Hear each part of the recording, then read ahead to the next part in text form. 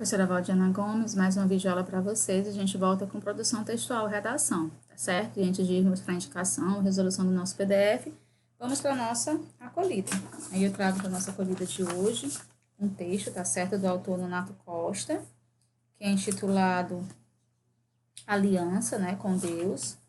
Um texto bem curto, mas bem significativo, que eu gostaria que vocês ouvissem atentamente sem passar o vídeo. Diz assim, as marcas da aliança. Sabe aquele momento em que você se depara com um texto que lhe desperta atenção, emoção e reflexão? Recentemente deparei-me com um texto assim. É um texto curto e nos últimos dias tem estado presente nas redes sociais. O texto, no transmite o pensamento de alguém que, ao retirar sua aliança do dedo, percebe marcas ali presentes, pelo constante uso do objeto, e ainda a afirmação sobre o ensinamento que aquilo lhe traz quando Deus tem uma aliança com o homem. Isso sempre deixará marcas. Marcas são geradas por causa desta aliança. Se o tempo passa e as marcas não forem geradas, provavelmente esta aliança nunca existiu. Se você tem essa aliança, não deixará de concordar. Quem tem uma aliança com Deus aceita ser moldado, transformado, aperfeiçoado. Tem consciência de que precisa ser melhorado. Surgiram assim as marcas que Deus deixa ao homem com quem firma a aliança.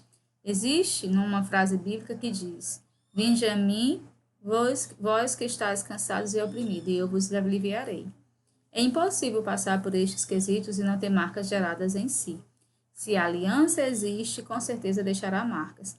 Quem ainda não percebeu estas marcas em si, já deve ter percebido também que a aliança não está firmada nem construída. Ela ainda não existe.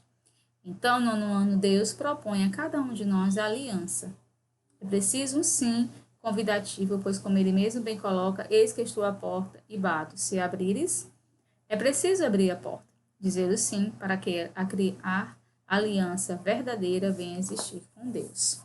Então, esse é o nosso texto, né, de acolhida de hoje. Espero que vocês tenham gostado. E a gente vai para a nossa agenda. A gente vem aí com a correção do PDF, o direito de não ser digital.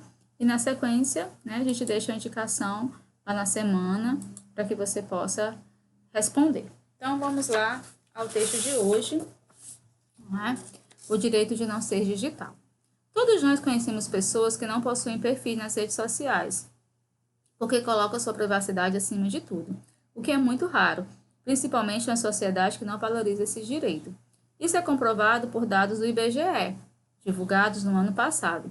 O Brasil tem 116 milhões de pessoas conectadas à internet, 64,7% da população. E os brasileiros ocupam o terceiro lugar no planeta em tempo de permanência na rede, em média 9 horas e 14 minutos por dia. Contudo, o mundo tecnológico e a cultura digital aos poucos vem perdendo sua aura de o melhor do mundo, onde tudo é público, transparente, democratizado e gratuito.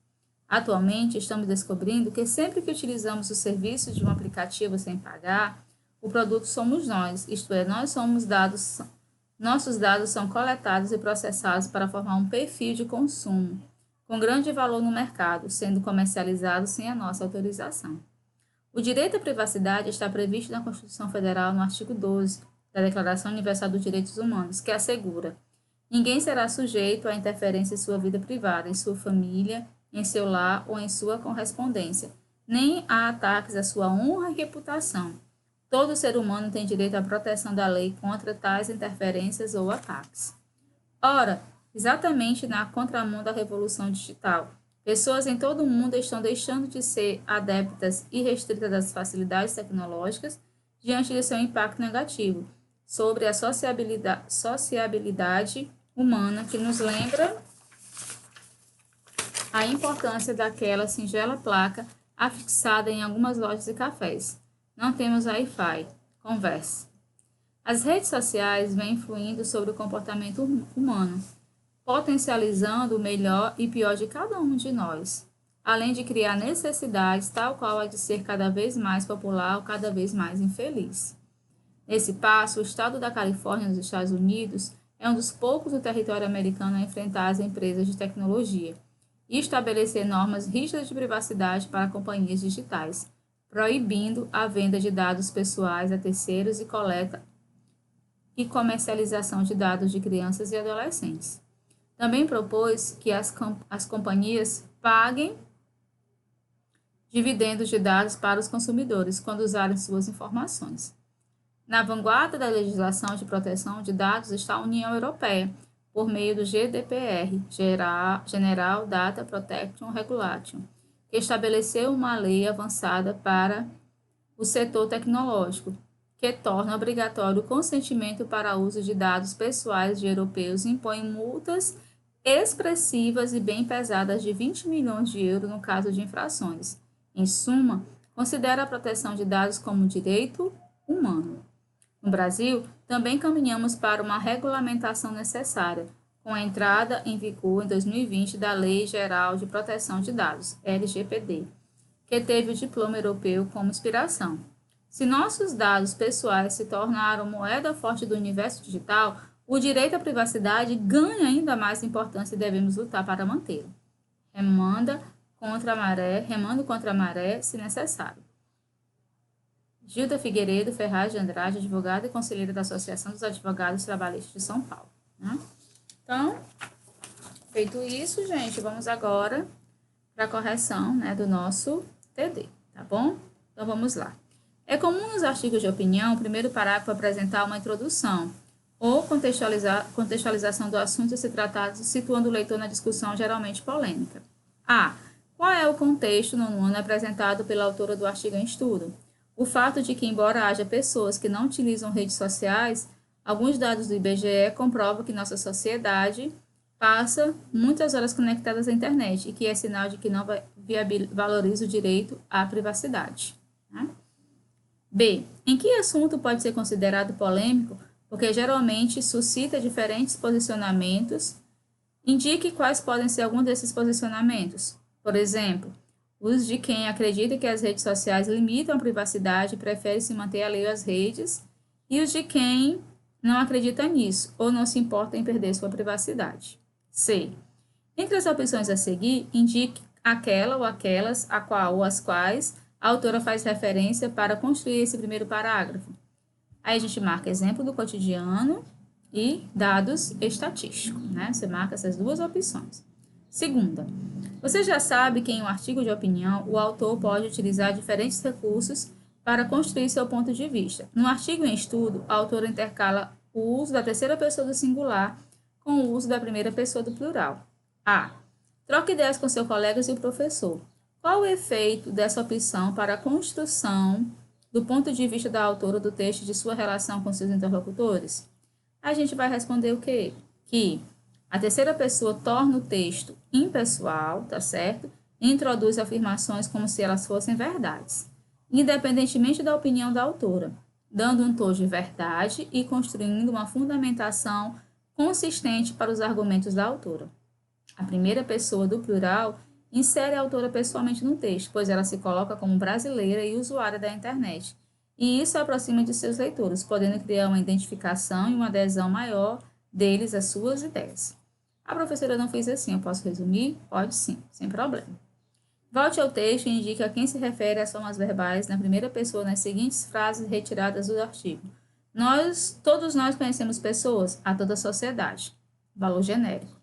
O produto somos nós, a usuários de aplicativos gratuitos. Não temos Wi-Fi, aos donos das lojas e cafés citados. Também caminhamos para uma regulamentação necessária, aos brasileiros. Terceira. No segundo parágrafo, a autora apresenta a tese defendida em seu artigo de opinião. Qual é essa tese? A de que as pessoas estão percebendo que o mundo tecnológico digital não é tão livre, transparente e democrático quanto se pensava, pois temos perdido a privacidade ao utilizar as diferentes tecnologias. Troque ideias com seus colegas e o professor. Explique a função da conjunção contudo no início desse parágrafo. Você vai dizer: a conjunção contudo tem valor adversativo, isto é, de relacionar ideias opostas entre si. Nesse caso, opõe os dados do IBGE apresentados no parágrafo anterior à ideia exposta na sequência. Pois quais outras conjunções de mesmo valor semântico ela poderia ser substituída sem gerar alteração na estrutura da frase? Porém, entretanto, todavia, no entanto, certo? Então, São essas as opções. Nos parágrafos 3 a 7, a autora desenvolve a argumentação a fim de sustentar sua tese. Releia o trecho e ordene a relação de itens aqui de acordo com a organização dos argumentos feita pela autora do artigo em estudo. Aí vai ficar, nota aí, 4, 2, 3 e 1. Repetindo de cima para baixo, 4, 2, 3 e 1. B. Tendo em vista a organização do texto apontada por você no item A, descreva a estratégia argumentativa utilizada pela autora. Em seguida, troque ideia com seus colegas e o professor. E explique de que forma essa estratégia dá força à argumentação e ao texto em estudo. Então, a gente vai ter o quê? Para construir sua argumentação, a autora parte de uma lei universal. Relaciona essa lei com a discussão específica de seu texto e, em seguida, cita exemplos de outros países do Brasil. Mostra que o assunto em debate é tão abrangente que diversos países do mundo estão se mobilizando em razão da importância do tema e comprova que se trata de um assunto que merece a atenção do leitor. Na questão anterior, você viu que ao longo do artigo a autora constrói sua argumentação com base em diferentes estratégias. Correlacione as colunas a seguir, deduzindo a explicação de cada um dos tipos de argumentos mencionados. Aí vai ficar argumento de autoridade, argumento de princípio e argumento de exemplificação. Então, fica 2, 3, 1. E o item B, o primeiro fica o primeiro pontinho, argumento de autoridade, o segundo pontinho, argumento por exemplificação e o terceiro, argumento de princípio. Tá? Repetindo, argumento de autoridade, argumento de exemplificação e argumento de princípio. E a sexta explica de que forma a ideia exposta no último parágrafo retorna à tese da autora. Você vai dizer, que o emprego do adjetivo necessária em referência à regulamentação retoma a tese da autora, de que as redes sociais não são território de liberdade. E a expressão devemos lutar para mantê-lo reforça a importância de garantir o direito à privacidade, certo? Ameaçado pela nova tecnologia e pelo mundo digital. Aí nós temos aí a sétima questão, que palavra do título tem o seu sentido ampliado quando relacionada à área de atuação profissional da autora. Justifique sua resposta. A palavra direito, no ano, que é associada à profissão de advogada, da autora, passa a ter não apenas o sentido genérico de que aquilo é permitido a alguém, mas também o sentido de prerrogativa legal. Troque ideia com seus colegas e o professor e conclua. Qual é a relação entre o perfil da autora e os tipos de argumento que ela mais utiliza ao longo do texto? A autora, que é advogada, faz referência a textos de leis e a decisões legais tomadas em outros países do mundo para fundamentar sua argumentação. Constituição Federal Brasileira, proposta de leis do Estado da Califórnia, lei da União Europeia e lei brasileira, certo? Então, a gente fez aí, a correção desses TTs, questões bem amplas, para ter copiado só as respostas. Espero que vocês tenham gostado. E a gente volta na nossa próxima videoaula. Vou fazer lá a indicação do PDF no grupo. Um abraço carinhoso e até a nossa próxima videoaula, se Deus quiser.